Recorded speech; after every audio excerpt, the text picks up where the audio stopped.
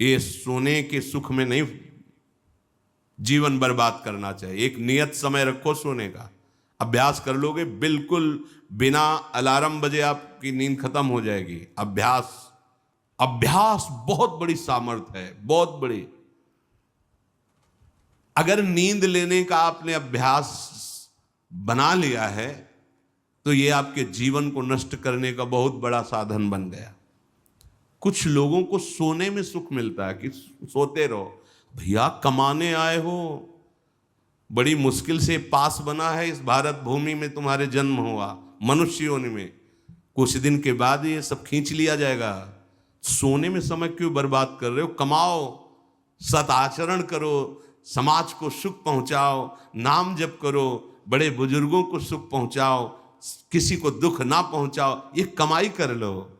कमाई करने आए हो या तुम्हारा कुछ नहीं, कुछ नहीं, न था न है न रहेगा। होश में तुम्हें जो पद मिला है, जो सामग्री मिली, जो जीवन मिला है, लगा दो पर सुख में और निरंतर भजन करते हुए जीवन मुक्त हो जाओ। क्योंकि स्वसुख में पाप बने हैं तो तत्सुख में समस्त पापों पर विजय प्राप्त कर लो। पर समझ नहीं आता। हर समय हमें सावधान रहना है। एक समय नींद को देना है, उचित दे लो, क्योंकि आप साधक हो, उचित दे लो। इसके बाद इससे शत्रु की तरह बर्ताव करो। अभ्यास बहुत बड़ी ताकत है, बहुत बड़ी ताकत। ये कोई सिद्धि नहीं, अभ्यास। आपने यदि अभ्यास किया है, नींद का आदर किया है, तो आप ऐसे भी हैं। साधकों के सामने ही बताया था उन्होंने कि मुझे बस भोजन पवा दो तो मैं सो जाऊंगा, फिर भोजन पाऊंगा, फिर सो जाऊंगा। मेरा अभ्यास इतना दृढ़ है।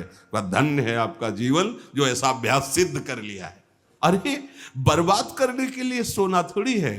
तो यहां कह रहे हैं अति निद्रा, उचित निद्रा आवश्यक है। जब तक शरीर भाव में साधना हो रही तो जरूरी है।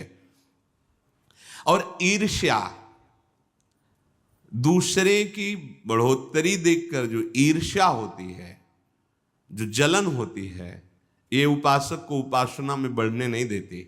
इसको संभालिए। एक ही उपाय है, जिस पे ईर्ष्या हो भगवत भाव कर लो। प्रभु मैं आपको जान नहीं पा रहा हूं, फिर भी मेरे अंदर में आपके प्रति, आपके ही प्रति है, क्योंकि आप ही हैं ना। प्रभु मेरा सुधार कर दो, बहुत जल्दी सुधार हो जाएगा।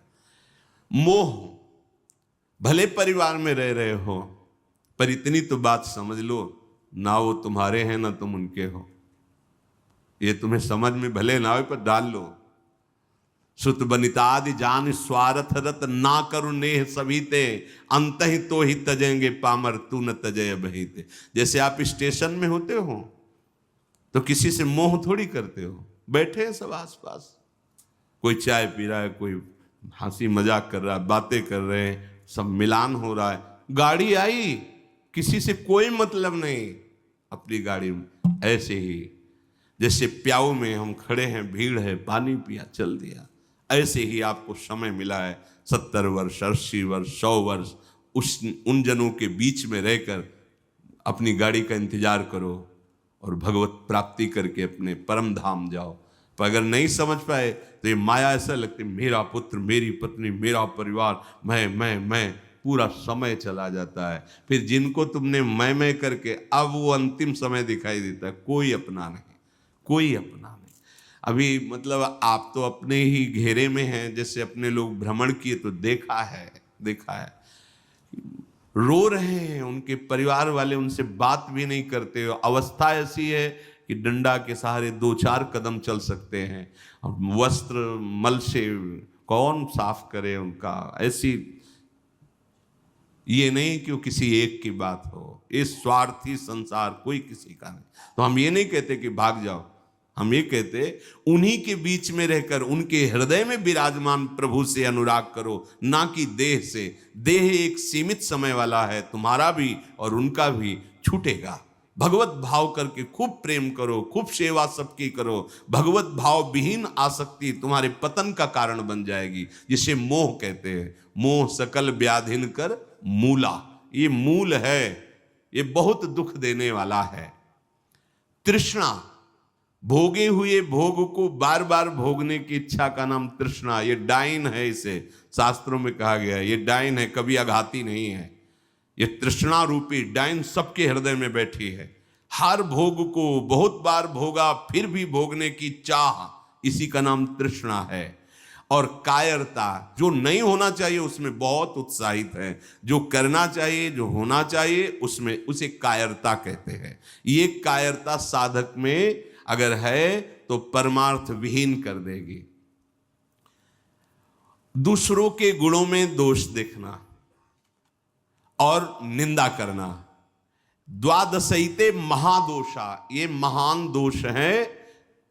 धृतराष्ट्र जी से कह रहे सनत सुजात जी, इन्हीं दोषों के कारण हृदय में बैठे हुए भगवान का साक्षात्कार नहीं होता।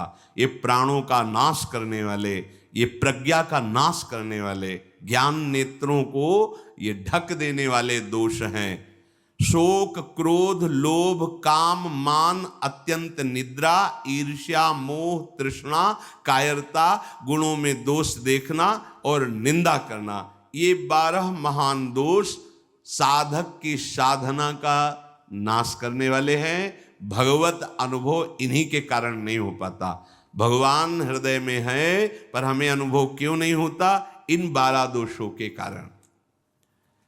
राजेंद्र, जो लोलुप पुरुष, क्रूर कर्म करने वाला, कठोर वाणी बोलने वाला, कृपण स्वभाव वाला, मन ही मन दूसरों के प्रति जलने वाला और अपनी प्रशंसा करने वाला है, वो निश्चय ही भगवत मार्ग में नहीं चल पाता है, भगवत मार्ग का वर्ण नहीं कर पाता है। जो संभोग में मन लगाने वाला, हृदय में विषमता रखने वाला, अत्यंत अभिमानी स्वभाव वाला, दान दे करके जलन करने वाला, मैंने क्यों दे दिया, दान देकर जलन करने वाला, आत्म श्लाघा करने वाला और असमर्थ होकर अपनी बड़ाई, लंबी लंबी बातें करने वाला, ऐसा पुरुष भी परमार्थ पर चलने की योग्यता खो देता है। सच्ची हो या झूठी, निंदा करनी ही नहीं है। सद वा परिवादो ब्रह्मणस्य ना सस्यते नरक प्रतिष्ठास्ते वही श्यूर एवं कुर्वते जनाहा। बोले इसमें क्या, मैंने देखा ऐसा ऐसा ऐसा, तो शास्त्र कह रहा है कि तुम देखो भगवान को, सर्वम खलमिदम ब्रह्म ने नानास्ति किंचित, देखा तुमने? सत्य वस्तु को तो देखा नहीं। तो कह रहे सद वा परिवादो, झूठी हो या सच्ची, किसी की भी निंदा नहीं करनी। बोले हम तो सत्य बोलेंगे, तो सत्य को जाना तुम, सत्य एक है, सच्चिदानंद में है, उसको जाना। अगर उसको नहीं जाना तो तुम झूठे तो हो ही, तुम्हारी हर बात झूठी है। बोले नहीं, हम सत्य बोलते हैं, हमने जो देखा। तुम क्या देखा? जो देखना चाहिए वो देख पाए, जो नहीं देखना चाहिए वो देख पाए, तो तुम तो झूठा देख रहे हो, झूठा बोल रहे हो।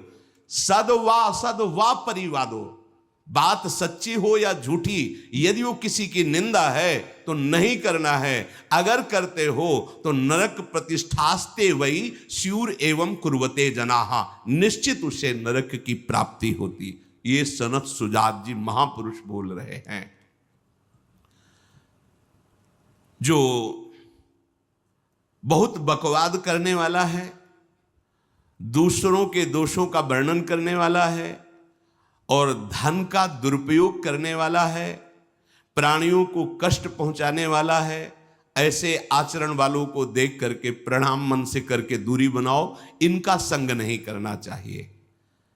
इसलिए वो धन्य है जो सब प्रकार की कुचेष्टाओं का त्याग करके एकांत मन से भगवान श्री हरि की उपासना करते हैं। ना किसी से स्तुति, ना किसी से निंदा, ना किसी से राग, ना किसी से द्वेष।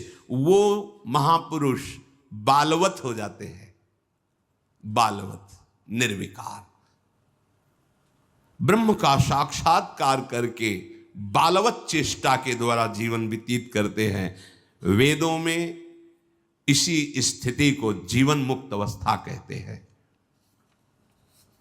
हे राजन, सच्चिदानंद परब्रह्म की प्राप्ति ही इस जीवन का परम लक्ष्य है। जो इस लक्ष्य को निश्चित करके जो बताए हुए दोष हैं उनका त्याग करके, असाधनों का त्याग करके साधन में स्थित रहता है, निश्चित उसका स्वभाव बालवत।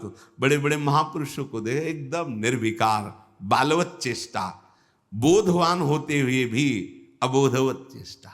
जैसे बच्चा न किसी से राग न किसी से द्वेष, खेल रहे स्वभाव। जीवन मुक्त महापुरुष कर्ता और भोक्ता भाव से रहित होते हैं, कोई भी दोष उनका स्पर्श नहीं करता, वो जगत मंगल करते हैं। वही स्थिति अपने को प्राप्त करने का समय दिया गया है। दृढ़ स्थिति प्रभु आप नहीं नहीं नहीं, बहुत कृपा से ऐसी ऊंचाई पर आ गए जहां इन द्वंद्वों का प्रवेश नहीं, तो आप फिसलना नहीं, नहीं अब चूक नहीं, हर समय सावधान, सेवा सुमिरन सावधान, हर समय सावधान। एक सेकंड के लिए भी किसी इंद्रिय को छूट नहीं, धोखा पैदा कर देगी, भ्रम पैदा कर देगी, फिर पश्चाताप होगा। लोक चतुर्दश बहुविधि भटक्यो, स्वार्थ लगी मैं हरि बिसरायो। 14 भुवनों में स्मृति जागृत है, जो भगवत साक्षात्कार करने की स्थिति है, उसमें ऐसी स्मृति सब दिख, जैसे काकभूषण जी कह रहे मुझे सब कल्पों का याद है। जिस समय अंतिम समय होता है जीव का, या जिस समय